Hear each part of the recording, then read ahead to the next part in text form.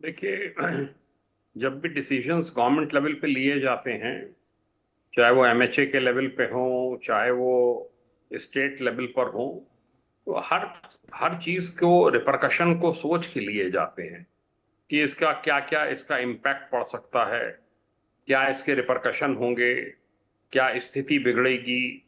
और उसका भी एक प्लान ऑफ एक्शन तैयार होता है कि अगर इसमें स्थिति बिगड़ेगी तो उसमें क्या किया जाएगा। उसके लिए ऑलरेडी फोर्सेस को प्लेस कर दिया गया होगा। इंटेलिजेंस ब्यूरो है, क्योंकि इसमें बॉर्डर का इन्वॉल्वमेंट है, रॉ है और एजेंसीज हैं, वो भी इसमें एक्टिव होंगी, पूरा ध्यान रखा जा रहा होगा। इनको जोधपुर भेजने के पीछे मकसद ही यही है कि जो इनका लोकल लोगों से कनेक्ट था उसको काटना, उसका मकसद है। एक एक अभी आपने खालिस्तानी, एक उसको भेजा गया है, वो एमपी एमपी चुन गया, वो भेजा गया है जी। असम की जेलों में रखे गए हैं। तो इसीलिए दूर भेजा जाता है जिससे कि स्थानीय लोगों को प्रवोक ना कर सकें, जेल में मिलने आए और वहीं से वो उनको इंस्ट्रक्शंस दें। मेरे ख्याल से उस नियत से भेजा गया है। देखिए, ये बड़ा सेंसिटिव टाइम है साउथ एशिया के लिए। जो घटनाएं हुई हैं जिनका आपने भी जिक्र किया, अभी लेटेस्ट जो है उसमें नेपाल है, तो हमें बड़ा चौकन्ना रहना होगा। और वर्ल्ड ओवर इसमें अमेरिका का भी कोई हाथ बता रहा है, कोई चाइना का बता रहा है, कोई पाकिस्तान का बता रहा है। ये सब जो हमारे कंट्री के डेवलपमेंट को देख के बहुत से कंट्रीज जो हैं वो ईर्ष्या भाव रखते हैं। तो इसके लिए बड़ा सोच समझ के हमारे यूथ को, मैं तो यही लद्दाख के भी यूथ से अपील करना चाहूंगा कि कोई जल्दबाजी में कोई ऐसा निर्णय ना लें जिससे कि बजाय वो गवर्नमेंट जॉब पाएं, वो जेल में पहुंच जाएं, उनके ऊपर क्रिमिनल केसेस लग जाएं, उनका भविष्य खराब हो जाए। तो इसलिए ये कतई उचित नहीं है। बहुत सोच समझ के निर्णय लें, किसी के बहकावे में ना आए। और गवर्नमेंट जो भी डिसीजन लेगी, मेरा तो यही मानना था कि गवर्नमेंट बड़ा जबरदस्त प्रयास कर रही है, जो मुझे फीडबैक था लद्दाख को डेवलप करने का, क्योंकि जेएनके का पार्ट रहते हुए वहां पे लोगों में असंतोष था कि हमारा हमें अनदेखा किया जाता है।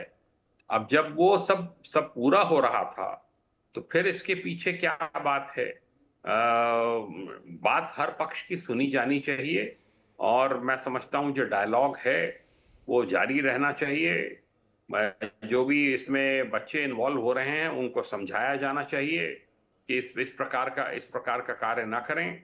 वहां पे मैंने सुना है रिक्रूटमेंट की ड्राइव भी चल रही है, उसमें बहुत बड़ी संख्या में युवकों ने अप्लाई किया है। उस उनको उस पर कंसंट्रेट करना चाहिए जिससे कि वो जॉब में आए, सरकार के का हिस्सा बन सकें, बजाय इसके कि ये सड़कों पे उतरें और इस टाइप का प्रदर्शन करें। और नेपाल के में जो प्रदर्शन हुआ है उससे किसी प्रकार की सीख लें, या बांग्लादेश में जो प्रदर्शन हुआ है। कुछ मुझे ऐसी फीलिंग कुछ समय से थी कि सोनम वांगचुक जो है वो थोड़ा सा गलत ट्रैक पर जा रहे हैं। ये बात समझ में आ रही थी। कभी इनका बांग्लादेश जाना, यूनुस से मिलना, कभी इनका पाकिस्तान जाना, ये एक फर्क स्टेचर मेरे ख्याल से ये लेने का प्रयास कर रहे थे। पीछे जब इन्होंने दिल्ली मार्च किया था, उसके पीछे भी यही मकसद था। तो मुझे तब भी समझ में नहीं आ रहा था कि ये इतना क्यों खिलाफत में उतर आए हैं गवर्नमेंट ऑफ इंडिया के, जबकि लद्दाख के लिए हर पॉसिबल एफर्ट किया जा रहा है। यूनियन टेरिटरी भी हर हर स्टेट हर हर एरिया को यूनियन टेरिटरी नहीं बनाया जाता है। कितनी डिमांड चल रही है, कितनी जगहों की कि यूनियन टेरिटरी बना दी जाए। उसके बड़े जबरदस्त एडवांटेजेस हैं। सेंट्रल फंडिंग बहुत होती है, और बहुत सी चीजों की मॉनिटरिंग की जाती है।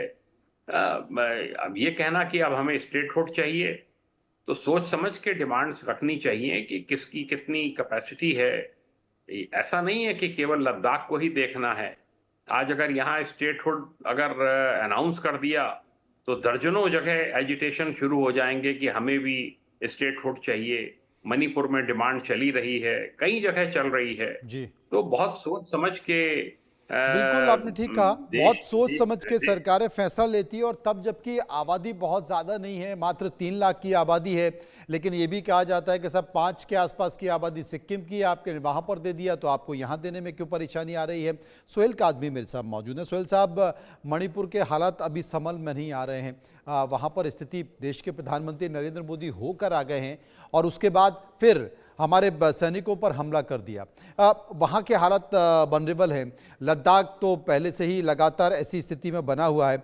क्या आप मानते हैं सोनम वांगचुक, क्योंकि आपने बताया और ये चर्चा भी है कि 6 तारीख को जो बैठक होने वाली थी उसमें ना सोनम थे और ना ही नवांग थे जो कांग्रेस के नेता हैं, तो दोनों को नहीं रखा गया। हो सकता है कि कुछ आईबी का ऐसा इनपुट हो, इंटेलिजेंस का ऐसा इनपुट हो, रॉ का ऐसा इनपुट हो कि भाई ये दूसरे देशों के हाथों में खेल रहे हैं, इसलिए हम इनको अलग करते हैं और स्थानीय जो लोग हैं, जो वहां के लोग हैं, उनके साथ बैठ के बात करते हैं।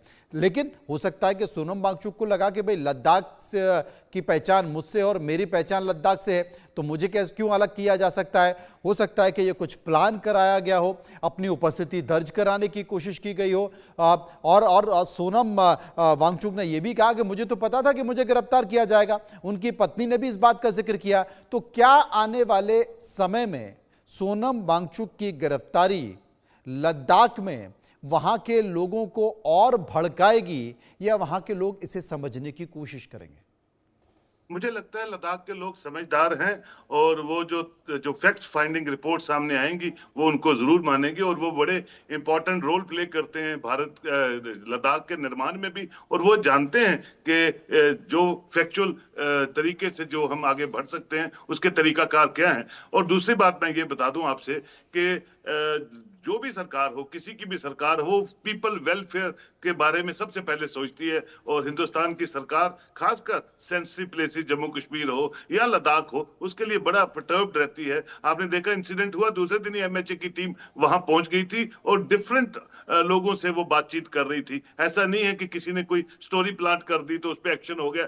बिल्कुल फैक्ट फाइंडिंग तरीकाकार से वहां काम हो रहा है, लोगों से मिल रहे हैं, आर्म ट्रेडर से मिल रहे हैं, वहां के जो जो जो रिलीजियस लीडर्स हैं। और एक आवाज और वहां से निकली कि जो भी आपने बात करनी है 6 शेड्यूल की या स्टेटहुड की या लद्दाख के कुछ और रख रखाव की, तो आप इसमें सियासी लीडरों को छोड़ दीजिए। एक हैंड आउट आया केडीए का भी और इनका भी कि आप रिलीजियस स्कॉलर्स को इन्वॉल्व कीजिए, इंटेलेक्चुअल्स को इन्वॉल्व कीजिए, ताकि ये पार्टी लाइन से हट के सियासत ना हो, सिर्फ लद्दाखी जो कल्चर है उसको डेवलप करने की बात हो, लद्दाखियों के हितों की बात हो। तो बहुत अच्छा उसका भी जो वेलकम है बहुत से लोगों ने किया कि हाँ, लद्दाखी जो सूझबूझ रखने वाले लोग हैं उनको इन्वॉल्व किया जाए।